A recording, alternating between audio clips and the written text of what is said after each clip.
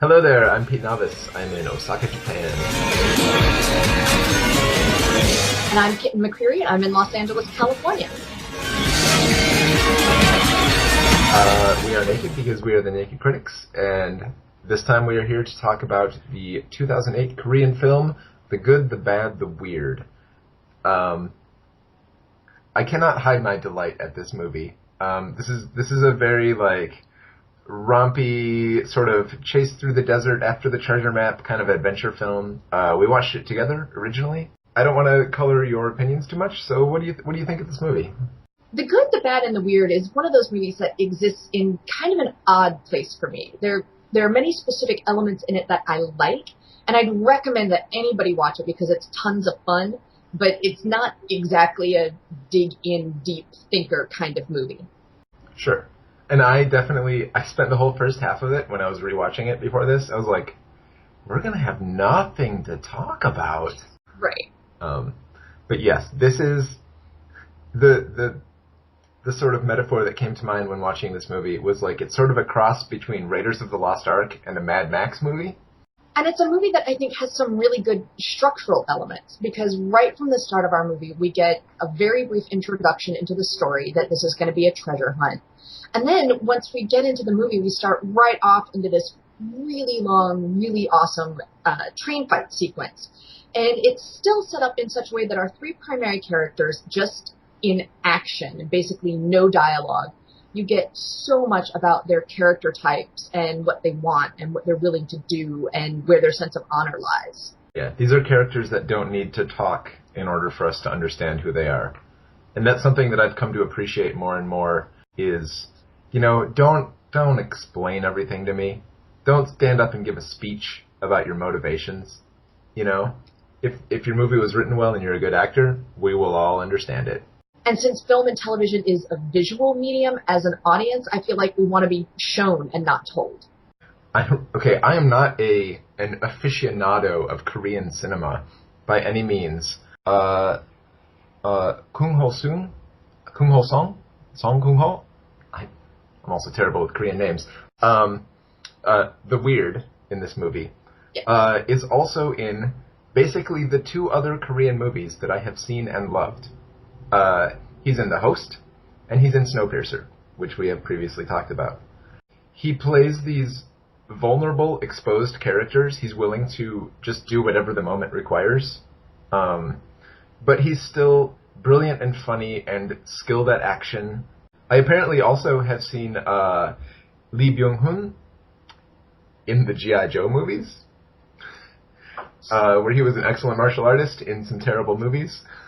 He is the bad in this film, Park Chang-yi, who is, he's playing this expert knife fighter, so perfect for the role, very sinister. So this is supposedly set in the 30s, but so much of his styling is very late 80s, early 90s new wave or early 2000 emo. Well, a bit. He's definitely got that haircut that's so many of these close shots of his eyes and that smoky eyeliner, and I'm like, man, women everywhere are thinking, I want that smoky eye. It's that sort of 20s and 30s decadence. He's kind of the Nazi of the film. So our three leads we have in character names, which I'll probably still mutilate, are Park Chung-yi, who's our assassin type, our knife fighter, Park Bo-wan, who's our heroic sort of bounty hunter type, and Yoon Tae-gu, who's our weird, sort of foppish kind of... Right. He's the plucky everyman just trying to get by in the world. The opening action sequence is a beautiful thing to just sort of explain all of their motivations and things like that, because you've got Tae-gu who's wandering around being all like, what do you mean you don't speak Korean? But he's still diving into the whole thing with this sense of humor. Right. He is not motivated by killing.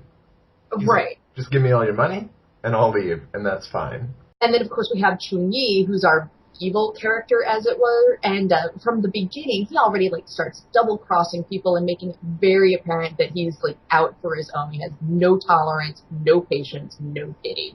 And then we have Bo-wan, our bounty hunter type, and you get that nice establishment of him being our chivalrous badass. I love the work that the costumer did to establish these characters. We already sort of talked about like that sort of like sinister flamboyance that Chang Yi has. Do Wan is a very classic like American cowboy. He's got the long coat. He's got the leather cowboy hat. He fights with a rifle rather than a pistol, which is a more, he is a hunter. He's not a, assassin or a thug. And Taegu is very just like patched together from whatever he could find. His clothes are all like old and worn out. He's got a dorky hat. Hey, aviator helmets are cool. Not when worn like this. And that's fine. Because he's also got these two like Luger machine pistols that he is like just brutally surgical with. Which is a weird contrast when you've got this guy who's sort of like plucky and funny and like doesn't quite understand what's going on, but then he's just like bah, bah, bah, bah, bah. You're like, ooh, okay, maybe there's more to him. And, as the story goes, we sort of find out that there is more to him. Since we're on this point, seriously, nobody ever stops and reloads unless it's a very specific plot point of, oh, hey, wait, now we're out of ammo, so we have to stop. And you don't see them carrying ammo either. Right. You see an occasional, like, gang flunky with, like, a bandolier of bullets. But right. Yeah, somebody's running around with two pistols, and they're constantly reloading them. But you don't see the, like, 80 pounds canister of ammo strapped to their motorcycle. That's one of those things that can just really take me out of the story. I noticed it in this movie, but then I sort of took a second and I was like, that's just this movie. Yeah, but it still bugs me. Another thing that bugs me is that aside from the mother or grandmother or whoever she is who's temporarily in the cabinet, there's no women in this movie. Yes, I realize that. And I don't know why. I don't know if it's the genres of movies that we're drawn to, or if this is like an across-the-board thing about movies, but like we seem to keep running into this issue. And I accept that, okay, first of all, this is basically a kung fu movie, and proportionately there are significantly fewer women than men in kung fu movies. You're seeing it a little bit more, and you have some that are specifically female-driven, but, just not that much. And it's also a Western. Again, a genre where generally you just don't find a lot of women. And a period piece set in Asia in the 30s, at which time there was not like a feminist movement where like women were going out and like conquering the oppressors and right. I feel like it's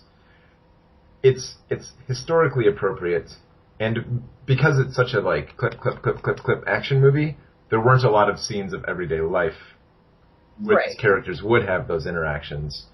Yeah. But yeah, it is a little disappointing that the women are Granny, who never says a single word, and assorted, like, half-naked women strewn around the opium den. Something that I like is this is not just a movie about these three guys. This is a movie about a country that is occupied. So you've got the Japanese army that shows up occasionally and has way more resources and way more technology than anybody else in the movie does. Then you've got this really sinister sort of like mafia-style gang, which has, resources and nice clothes and, lots of people to draw on. Then we have the Ghost Market gang. Right. Which those are the sort of like scrappy street level criminals who are sort of loosely allied with Taegu. At least they'll back him up in a fight because he's a regular guy and these other gangs are coming in on their turf. We've also got these like Manchurian bandits who just sort of wander around out in the hills and looking for plunder where they can, and they just sort of like bump into the main plot every once in a while. And then you've got this complete loner, the idealistic guy who really his ultimate goal is to free Korea from outside influence and to have it be prosperous in its own right again. And he is so completely isolated. Everybody who's greedy and oppressive and selfish has other people allied with them. But the one, like, totally selfless guy in this movie just has to operate completely independently. Which sort of feels like life a lot of times. In a lot of ways, everyone in our movie, all of our characters, they're just out for themselves. If all of them had come together, if people had actually worked together to go out and get the treasure and make use of it, then it could have been a major boon for everybody. They're all pursuing it just because somebody said, there is treasure out there. You know, we get through that first half of the movie, where it's like, go, go, go, go, fight, fight, fight, fight. We have a sort of reluctant alliance between the good and the weird. The good talks about the fact that if he finds this treasure, he would like to use it, you know, to basically free Korea. And the weird says, if he finds the treasure, what he'd really like to do is get a farm and raise some chickens and maybe, you know, like dogs and cows. Right. But then the good also talks about the fact that he is also hunting Chang-yi, the bad, because he is convinced that he is the notorious criminal known as the finger chopper. And that's the point where you start to see that, like, maybe there's a little bit more to this movie than just a 2-hour-long chase scene. Meanwhile, we're seeing Chang-yi getting more and more desperate in the way that he's pursuing these guys. And finally, I mean, okay, spoiler alert, at the very end of the movie, he reveals the fact that he has been chasing Taegu, the weird, because Taegu is the finger chopper. Right. He has cut off the bad's finger at some point in the past. Oh yeah, you get that cool moment where you get to like listen to the wind whistle through it. You are suddenly thrown into the perspective of the good, who has thought he's had the whole situation figured out, and suddenly it redefines all of the alliances, which is a really cool thing to do in the last 3 minutes of a movie like this. Let's talk about those last moments where the three of them are standing there just riddling each other with bullets. I mean, there's some really interesting editing that goes on through that. Like, it starts at A and it ends at Z, but it doesn't really go B, C, D, E through the middle of it. You see the same moment repeated several times from different perspectives. Right, and it's all of these moments of them getting hit and taking that in and then rallying. And you see that it really hurts. And one of the things that made me appreciate that more is from the fight scene in the Ghost Market, where unless you're dead, basically you're fine. I mean, you even have this moment that Taegu takes it and he puts on like this huge metal diving helmet, which is hilarious. But the diving helmet is being shot repeatedly, and he's not deafened, he's not disoriented, he's not. But I forgive that, because I love the idea that somebody puts a giant metal diving helmet on and runs around in a gunfight. Right, and it's that nice, goofy, comedic element in an otherwise horrific scene that starts off with this, like, long, slow moment of Mangill getting sliced up, and that, okay, this will tell you a lot about me as a person. I loved that scene. I loved that, just that very casual on the part of Chung-yi is just slicing him up, not even flinching, and then following him outside and going to cut his finger off, but the knife not being sharp enough. I mean, come on. I mean... Like, he saws at that finger for a while, and he's like, hey, somebody get me another knife. And he's not doing this out of anger. He's not doing this out of any sort of sense of revenge or anything like that. And over that whole fight sequence, which is wonderful, I wanted to see people get hurt. So getting to the end, you finally get to see that, like, well, when you get shot, it hurts. When you get stabbed, it hurts. I love also that the movie ends, and you're pretty sure that all three of your leads are dead. Yes. It's not until the closing credits that you get any more information about who, if anyone, survived that fight. And apparently in the original Korean release, he had to make a much like happier ending. But then when it was released internationally, the director was able to put the ending that he wanted back on the movie, which is nice. I'm glad that for once, the Americans get the appropriate ending rather than like, we need to make this easier for the Americans to take because they can't handle sad endings. I think we need to talk about the 15-minute long, amazing, like, multi-faceted chase scene that sort of sets off the closing act of the movie. So the aspect that I like about this last fight is that we have this huge range of technological ability. You've got the Japanese army, which is very, like, they've got 1930s era military-grade weapons. They've got field artillery, they've got jeeps, they've got chain-fed machine guns. They should be unstoppable. And they go all the way down the scale to this, like, scrappy hill bandit gang, which the leader is literally fighting with a flail. Like, he's got some metal balls on a chain on the end of a stick that he rides a horse and hits people with. Things look hopeless for our scrappy hero, and then our amazing cowboy with his Winchester repeating rifle, where you can do that cool thing where, like, you fire it and then you swing it to eject that cartridge and load your next bullet. Anyone who does that on a horse automatically looks great in a movie. Yep. And it's sort of the loner hero ideal that I think we all sort of, like, in our modern age, I look out the window, like, you can all see this. This is this city, this technology. But we have all this stuff, and it makes our lives really comfortable. But I think there is a feeling that, like, in the past, a single person could do things on a scale that we can't now. So, like, the idea of, like, a guy by himself with a rifle on a horse is this really powerful image, at least to me. But I do think it's something else that speaks to the politics of the movie. Right. That, especially at that period in history. The movie does that. It spends time, and we have 2 or 3 scenes where we stop and talk about the occupation, and it's a very legitimate part of the story that they're telling. Mm-hmm.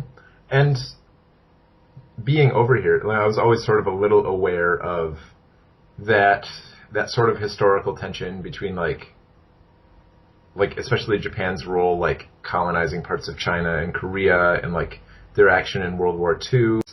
There's still a lot of real cultural tension, and I think this movie is sort of has to be taken in that context. The treasure hunt overall was done to hide these things from the Japanese. Right.